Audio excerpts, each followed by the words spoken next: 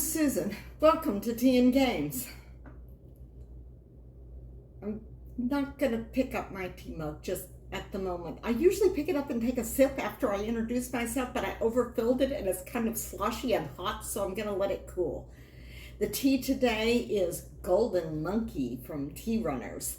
Not a paid promotion, I just really like their teas. And actually most of the time the teas I'm drinking aren't Tea Runners teas, because I usually drink them on the weekends, which is when we play board games. How's that for a segue? My husband and I, my husband Robert, we are casual weekend board gamers.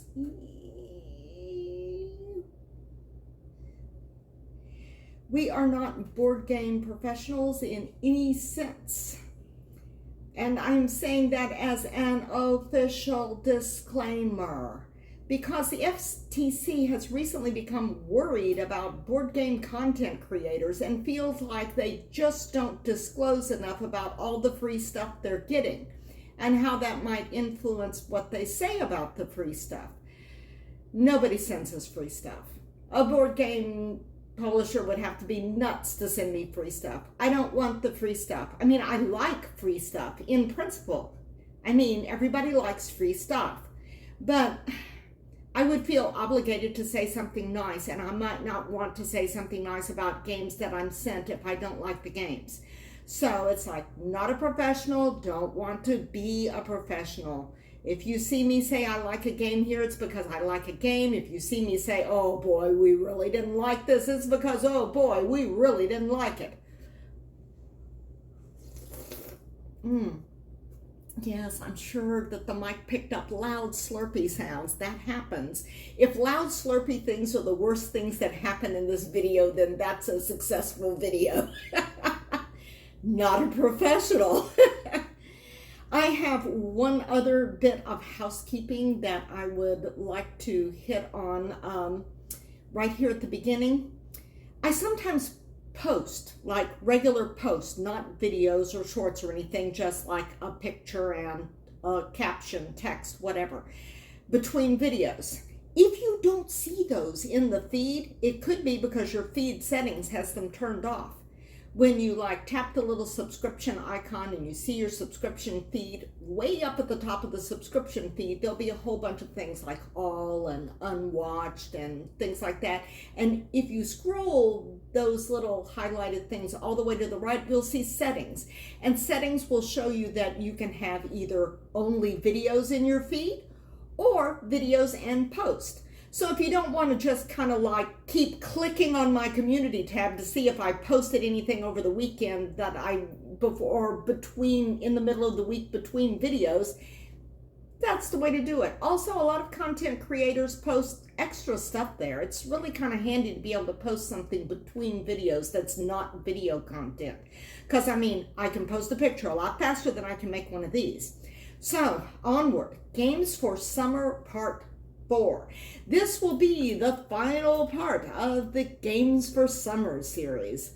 And I had a lot more games that have kind of a summery theme than I thought I did, or that fit well with summer kind of activities. Thematically, more than any other season, that's for sure. So anyhow, the last 3 games. Let me see. Turn the page here, notebook, see, notebook, because I don't know what I'm doing if I don't have something to tell me. Okay, actually, I don't have them in the order that I was going to talk about them, but I think I will.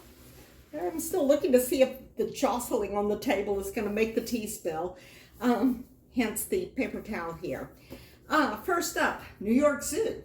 Because that's kind of a summer activity, going to the zoo. Although if you don't get there really early in the morning, like when they first open, I can see it's like the dinosaur going thump, thump. I can see the tea sloshing in my glass.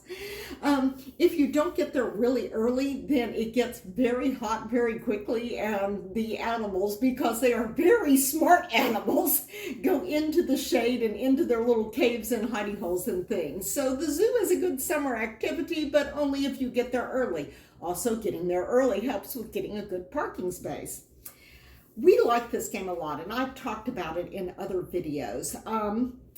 It is a polyomino tile laying game, but it's also an animal management game, for want of a better way of putting it. It has adorable animal meeples, like, oh, wait, yes. I can show you a little bit about what it looks like right here without even putting in an insert. See? And that's the advantage of having the box lid on what some people would say is upside down, is you can just do that. So what you're doing is you're laying out polyomino tiles, and you're putting animals on those tiles. When you place a new tile, you put an animal on it, and when you go around the board and you cross a breeding area, if you have whatever animal that is for the breeding area, and you've got two of them on one of your tiles, which is an enclosure, then you get to add another one. When a tile is filled up, then you get bonus tiles, which can be like 6 pieces, I think. Though there are a lot of the smaller 1 pieces and a few of the 2s and a few of the 3s, 2 different shapes for the 3s, a corner shape and a straight piece. And I think there's a couple of straight piece 4s and a square 4-piece tile. And then there's like a couple of larger tiles. And you can get one of those when you fill up one of your animal enclosures with your animals. We have only played this at 2, and there is a shorter 2-player variant that we play. And in the shorter 2-player variant, you peel off the first layer of tiles that are laid out in spots around the edges of the board, or actually in indented areas, little bays there that's indented around the board. You peel off the top layer, and you give like 3 of the largest tiles to each player, and then 3 of the next largest tile to each player. And the players simultaneously pre-place those on their player board so that you've got a quick start. You've already got a certain amount of the board already filled in, and you don't have to put animals on them right away. And everybody starts with 2 animals. And the other thing you can do in 2-player games is bonus breeding. Like when you cross a breeding area, you can breed whatever animal it's supposed to be bred in that area if you've got it. But you can also do bonus breeding of some other animal in a different enclosure. You can't mix animals in enclosures. The predators would eat the other ones. But you could breed 2 other animals. And so that helps fill up the tiles more quickly for a 2-player game, so it doesn't drag too much. Both of those things accelerate the game. And it makes the game move very fast and very fun. The tiles come in different shapes, and when I mentioned peeling off the top layer, you stack the tiles. They're 3 deep in these areas around the edge of the board, and the tile on the bottom will be the smallest tile. It will be the lightest green shade. I think it will have like, I don't know, 4 spots? Maybe 5, but I think 4. Yeah, I think 4. I don't remember, but they're a lot smaller than the largest ones. The ones on top will be the largest tiles. And some of these will have the largest tiles on top, and some of these will have the second largest tiles on top.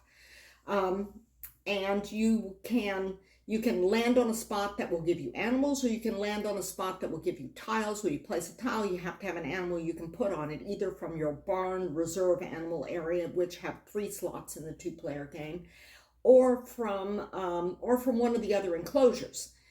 So that's kind of basically it. And the trick is you need to get at least 1 of those smallest tiles when they become available. So that way you have at least 1 tile, ideally more than 1 tile, that you can just like put the animals on it and then breed and then fill and bonus breed and fill. And because when you get those, then you get the bonus tiles, which allows you to fill in your board more quickly. But there's kind of a balancing thing between, like, if you have smaller tiles, I mean, if you peel down a layer and you've gotten to the small tiles, the layer's only 3 tiles deep. It's pretty easy to get down to the smaller tiles. But if you've got a bunch of the smaller tiles, then I mean, that's great because you can rotate the animals, you can fill them and get the bonus tiles quicker. But on the other hand, the bigger tiles fill up your board more quickly. And when the first person's board is the first person to fill their board, the game ends right then. So there's kind of a balancing thing that you need to do between being able to fill up the enclosures and breed animals and rotate them through quickly to get bonus tiles, which help you fill the board more quickly, or getting the larger tiles, which help you fill the board more quickly. This game, notice that satisfied smile on my face. This game is the only polyomino game that I can consistently beat Robert playing. And yet, Robert loves this game. Even though he does not do well at it at all. He is a whiz with polyominoes, but that whole resource management and animal breeding and things, that extra element there, he just doesn't manage it as well as if it's a pure polyomino or tile laying game. He's really good with tile laying games, particularly polyomino games. But this one, it's got that whole extra animal management thing, and balancing all of those different elements gives him a little bit more of a problem than in a regular polyomino game, and allows me the opportunity to actually win at a game where I'm placing polyominoes. But it says a lot about a game that somebody can lose a game a lot, and yet when they see that game, their face lights up and they're going like, oh yes, we haven't played this in a while. I love this game. I want to play this game more. So you have to have a really good game and a really good game designer. If you can make a game that someone has a lot of trouble winning, just hasn't quite gotten the hang of winning it, not consistently, and yet they're always looking forward to playing it. They're always delighted to see it on the table. And that is the measure of a truly good game. The measure of a game that's just got a whopping amount of fun to it. And not surprisingly, this is designed by a pretty well-known board game designer. It's Uwe Rosenberg. You can see right up there at the top. It's one of his games. And it is beautiful, it is colorful, it is summery, and we love it. Now, new game. That game was not new. Muskoka. Kickstarter delivery this past week. Yeah, we got Muskoka. This game I kind of tend to shy away from Kickstarters. I don't back a whole lot of Kickstarters anyway, but I tend to shy away from Kickstarters if the Kickstarter person that's doing it or company doesn't have a solid track record or any track record. And this is a first-time game design, first-time game publisher, but I liked what I saw of the game. Muskoka is like this big wooded area in Canada. I haven't been to Canada, I haven't been to Muskoka, but it's this big wooded area in Canada. And there's a lot of recreational activities and people go there on vacation. And this is definitely a gateway game, a family-friendly game. It is, if you're making a list of relaxing games, this game should go on that list. Because, well, I will say, some people, maybe even some of you, might find this game too simple. The gameplay is very basic in many ways. But this strikes me as being, and I mean that's kind of one of the appeals to this, this strikes me as being very thematically on the mark, because you don't want a game about a beautiful, fun, relaxing summer vacation that is a tense, complicated, hair-pulling game. You know, I mean, who would do that anyway? I'm sure somebody's going to place a comment that says like, oh yes, this game has a relaxing theme and it's just horrific. But yeah, it's not this one, that's for sure. You can see if I can keep that in frame here. And I'll show you what I mean on the board. Because this is going to be the first look some of you get at this game, because it's not like a huge game company. Okay. It's unfolded. It's unfolded. Big game board. Big game board that's like unfolding itself. Can you see it? Gosh, I can't even tell what I'm showing you here because Yeah, I can kind of see through the cracks. There's no color green on this board. I could not play green this time because the board has got so much green on it. I think they figured, well, a green meeple would just get lost in the shuffle. But it's got point-to-point movement. And you can see these little symbols here. There's like a hiker symbol, bike, ATV. On the water areas, you have jet ski, swim, canoe, sail.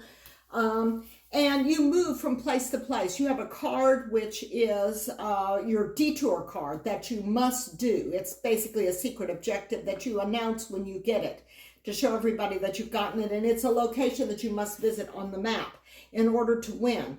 The other condition for winning is that you must have 25 points. And amongst those 25 points, you need to have one of all of the animal tokens. And the animal tokens are worth point values, and those point values correspond to the number of little different dots here on the map, like I was showing you here. You have to discard cards that match these symbols here, the right number and the right symbols, and there are some wild cards in there, in order to go from place to place. And one of the places you'll go will be your detour, and the number of cards you discard, spots that you move, correspond to the number on the animal tokens. The numbers go 1 to 5. 1 is a loon. 2 is a beaver. I think, yeah, 3 is a deer. 4, I see a 4 here. 4 is a beautiful golden bear. And 5 is a moose. And I figure the reason why they say you must have one of all of these is 25 points is not a huge number of points. I mean, basically, you could do five card journeys and bingo, you're at 25 points. So I figure that's the reason why it says, and you must have one of each of the different animals. But it's that simple. You draw 2 cards at the beginning of your turn, and the cards all have, these are what the water cards look like. Let's see if I can cut the deck here so I can show you. And there's an ATV card. There's ATV, drive, bike, hike. These are your explore cards. You'll draw 2. Also, and you collect them. There's a bonus card here. Whoever gets to 5 tokens, not 5 points, 5 tokens first gets this, and whoever has the most tokens will have this card and get 3 more points. But there are also, oh, hang on here. Okay, these are the location cards you start with. There are also, R&R cards. This is what the back looks like. Isn't that lovely? But the fronts are also pretty as well. And these cards will give you special bonuses or special actions. Some of them will give you out and out points. The squirrel card and the fishing card will give you, here's a squirrel. Robert and I both got a squirrel. That will give you points. Those are not played. They're revealed when you have the 25 points that end the game. You can stop for ice cream. And they give you different things, like move to any location without playing any explore cards. Every other player must choose half of their explore cards to burn, see it's a campfire card, into the discard pile. If an odd number of cards held, round down. Portage, complete any mixed mode journey. That's a journey that has both land and water features in it, by only playing the required lake cards. Pick up all lake-related explore cards from the face-up offering, because you have a draw deck and you have 3 face-up that you can choose from as well. And there are also some holiday cards. There's Labor Day, Canada Day, and Civic Holiday, in which allow you to complete 2 journeys in 1 turn. Otherwise, it's 1 journey per turn. Choose 1 other player to randomly select an unplayed R&R card from. Victoria Day is another holiday. Every other player gives you an explore card of their choice. Pick up all land-related explore cards from the offerings. When at a location shared by another player, and you can share locations, reveal this card when they move to share their journey and collect the applicable wildlife tokens. So yeah, you pay to explore cards and you can pick up one of these, or you can complete a journey and pick up your wildlife tokens. The only downside I would say to this game is that the game only came with one player reference card, you know, and it plays like up to, what's the player count on this? It's got a generous player count. Back of the box. 2 to 6 players. It plays 2 to 6 players, and there's only one player reference card. But on the other hand, gameplay on this is so simple, you probably are not going to need a player reference card. We enjoyed it a lot. It was a pleasant, enjoyable, relaxing game. It was a beautiful game. And I just love looking at the little details here. There's a picnic site, and there's an area where there's a rope bridge, and there are bears near the rope bridge. I can't tell if you're seeing that or not because it's in front of my face. There are planes and there are mooses. There's a fire tower. There's some kind of little troll-like creature in the woods next to Wood Lake. And this is a real place. You can go there. And I kind of want to go there, having played the game now. This is the rule book. Like I said, and this explains things in like probably more detail than you actually need to play the game because it's really easy. We went through we played the video that Amber of a Meeple Family did when this was a Kickstarter. Oh yeah, and did you notice? See? Night and day. We played that video before we played the game just to look at it because we like doing videos for how to play. And also, that video was one of the ones that was featured on the Kickstarter. That was one of the reasons why, looking at it, I thought, this just looks really pleasant, you know? And this is just an extremely pleasant summer game. And I'm very, very happy I backed it. If you get a chance to check it out, you will. I will put a link to Amber's video down below so that you can see how it plays for yourself. The third and final game for summer is Tenpenny Parks, which I have calmed down quite a bit. I've gotten my head screwed on straight and just not gotten overly enthusiastic about all the cool stuff. I mean, the game at first was kind of overwhelming because it was just like everywhere you looked, there was something incredibly nifty and neat and that had a cool name to it or something. You're just kind of going like, I think I want that, I want that, I want that, and now I've made a complete mess of my board and I don't know what I'm doing and how many points do I get for that? And then it's like, yeah, I was just a mess when we first played this game. But I'm familiar enough with the pieces and the cards now that I'm not just looking at everything going, gosh, I figured I was going to make the dogs bark with that. I have in past videos shown you the tiles, but the tiles correspond to cards. This is another polyomino tile laying game, but you don't lay the tiles the way you do in any other polyomino tile laying game. You lay the tiles on the boards, yeah, concessions.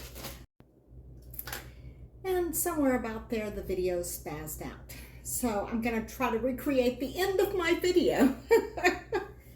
Okay, I was talking about the boards for Tenpenny Parks. Here are the boards. One of the things, and I was talking about the way the polyominoes fit on the boards. Instead of, on most polyomino games, you're going to do something like this for Volcano Tower and Primordial Zip. But in this game, that would not be a legal placement. In this game, it would need to be placed something like this or thereabouts. I mean, there's a lot of places you could put those two pieces, but the point is they need to go point to point, not snugged up against each other. The spots that you see here on the board, the little icons, well, the green ones are trees, which you can leave on there and work around them, or you can visit the arborist and have them removed. The other icons represent the different tracks that you can move up to get bonuses and points. And this center one here would be your choice of which one. You can also get money if you cover up these spots on the board. And I also like about this board that not only do you not have to fill the board and like pack as many polyominoes in as you possibly can, you've got space to walk around the attractions, but also you can expand the board. And let me tell you, that comes in very, very handy when you're trying to fit things onto the board. And then let me show you the cards. Sabbat Keep is one of the fantasy offerings. The cards are placed into slots that are around this adorable 3D carousel that's on the board, and I'm not going to take the board out. Y'all have seen it. The board is actually not really big, but then you're placing things like you've got stacks of tiles or trees or victory points, and you have stacks of concessions that you have to lay out like. So you have stuff around the board, and of course the cards are on the board. There's a haunted dungeon. Oh, wow, that looks like a spooky ride. A labyrinth. Those are all in the fantasy section. You have the Kraken World in the undersea section of the theme park, and the submarine voyage. But, ooh, Atlantis. And here's the thing. Down here at the bottom, it shows you the shape of tiles. So when you're looking, you decide what card you're going to select with the worker placement. And this tells you, this is part of your decision-making process as to whether or not you can fit it in here, what shape that tile is going to be, and you pick up the tile when you get the thing. This is the cost, and that may be changed based upon where the carousel is, because the carousel has plus or minus certain amounts. These things up here, these are visiting people or victory points. And then the little heart is the joy track, I believe. Thrill, joy, and awe. This one shows you all three tracks, and you get those by building that attraction. The mudslide. Oh, wow. Yeah, you just don't want to go on the mudslide, I think. Minecart Mayhem. I remember riding a ride when I was a kid that was called the Runaway Minecart. It was like a roller coaster thing through like a cave kind of thing. Okay, oh, we've got the Volcano Tower that I just showed you the tile for. Mammoth Valley. Yeah, ride them mammoths. Stone Age Rush. The Armor Shop. Horseshoe Saloon. Those are souvenir shops. Deep Sea Souvenirs that you can get. Star Captain Outfitters. Oh, that's cool. But you see, I'm just thinking, I'm looking at all these, oh, Moon Launch. I got Moon Launch last time because I also had an objective card for 3 sci-fi ones. So I got Moon Launch, Max Force, and I didn't get the Hover Races. I didn't get Ad Astra. What's the other one I got? Maybe the Space Rings. Yeah. But you have these different things. And don't they look great? I mean, they look great in terms of this is Vincent Dutoit artwork, but they also look great in that I just love the names of all these. Volcano Tower, Dino Adventure. It's just like Stone Age Rush and Sticks and Stones and Moon Launch and Hover Races and Ad Astra and Poseidon Slide, which is right next to Mudslide in the deck here, because you separate them out and you put the different ones for different for different areas. Like the fantasy ones would all go together in a deck, and they all go around the slots on the board. And they're just, I just get kind of caught up in the whole theme park thing and look at all the stuff. But this time I kept my head. And I didn't just get stuff because they looked good. I was very strategic in my gameplay, and I actually won this time, but it was a close game. If Robert had moved up one more on the 2 tracks that he was ahead on, then he would have gotten bonuses that would have put him ahead of me. He would have won that. He came up 1 short on the 2 tracks that he was leading on. Thrill, Joy, and Awe. I was ahead on the top track. I think that's the Awe track. Can't remember right off the top of my head, but this is a fun game. It's got a great feel to it, that whole summer theme park. We used to go to theme parks in the summer when I was a kid, so it's like this is kind of a nostalgic kind of thing, but it just feels so much fun with the names of all the different stuff. This is a table hog. I will tell you, you're not going to be able to put this on your coffee table or your kitchen table. You're going to need a little bit of elbow room because the board is not very big, but you've got to place stuff out around the board. I tried using like bit holders for things sometimes, but honestly, it's just better if you just stack things. It really is. This takes up a good chunk of table. Muskoka takes up a good chunk of table. New York Zoo, a little bit less. It's got this weird skinny board. One of these days, I'm going to do a series of games and give a defined table space and basically say, these are games that you can play in this X amount of inch space. But that's for another time. It's like more than I can handle right now. I think that is just about everything for Games of Summer. This is the last one. We will keep playing games this summer, including some of our summer games. But we've been buying games a little bit along the way this summer while I've been playing summer games and playing Starfinder. And it's time for us to dig into some of the newer games that we got. Next up on the table is probably going to be Lost Ruins of Arnak, which I got on sale during Prime Day, and it had a coupon, so it was nearly half price, which was pretty good.